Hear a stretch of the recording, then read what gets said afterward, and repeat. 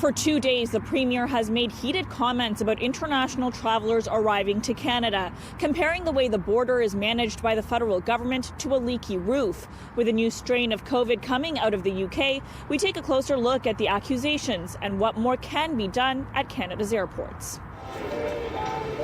A bustling airport, not unusual for December, but amid a global pandemic, the lineups and crowds can be concerning. You wouldn't even know there's a pandemic. There's so many passengers, it would look like a regular day at Toronto Pearson. The only difference might be the masks. We spoke with a Pearson airport worker who wanted to remain anonymous. They've seen a significant increase in passenger traffic this month.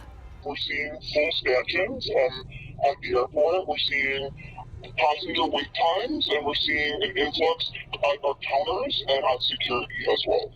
More than 60,000 passengers arrive to Pearson every week, and Ontario's Premier says there are minimal checks.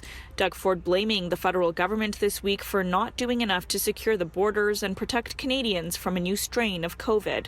He wants Ottawa to implement pre-departure tests for anyone entering the country. We just have to check people. This is so common sense. I've never seen something so common sense. But every day we delay it, thousands of people are landing. The federal government has issued a travel ban from the UK and already implemented significant checks for everyone entering Canada. They include providing a 14-day quarantine plan and completing daily self-assessments. Essential workers are the only ones exempt from quarantine. But are these restrictions enough? The federal government has not handled travel nearly as well as it should. We should be grounding our airlines. We should be closing airports to all but essential commercial traffic. That's important in the middle of a global pandemic. Health Canada says international travel only accounts for 1.3% of cases in Ontario, but epidemiologists say those numbers can be misleading. It's a measurement problem. It's awfully difficult to track. Still, international air travel is not within the province's jurisdiction, and experts believe the Premier's focus should be on community transmission happening within Ontario. It is a deflection tactic.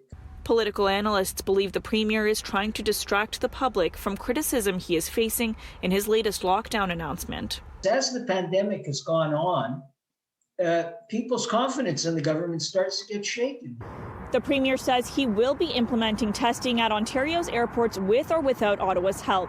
In a statement, the Greater Toronto Airports Authority tells us they are supportive of an arrivals testing framework for international passengers and are ready and willing to work with government partners to implement a testing regime, as they believe testing is a necessary next step. For City News, I'm Tina Yazdani.